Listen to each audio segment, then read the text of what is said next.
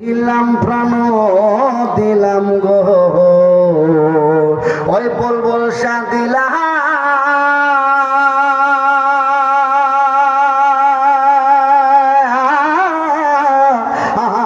শুলো আনা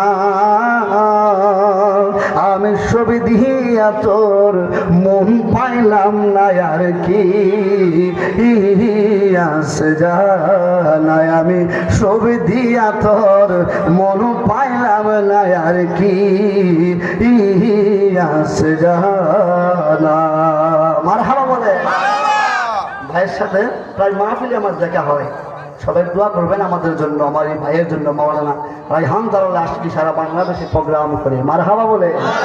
আল্লাহ যেন ওনার হায়াতের মধ্যে এলেমের মধ্যে বরকত দান করে সকল আল্লাহুম্মা আমিন।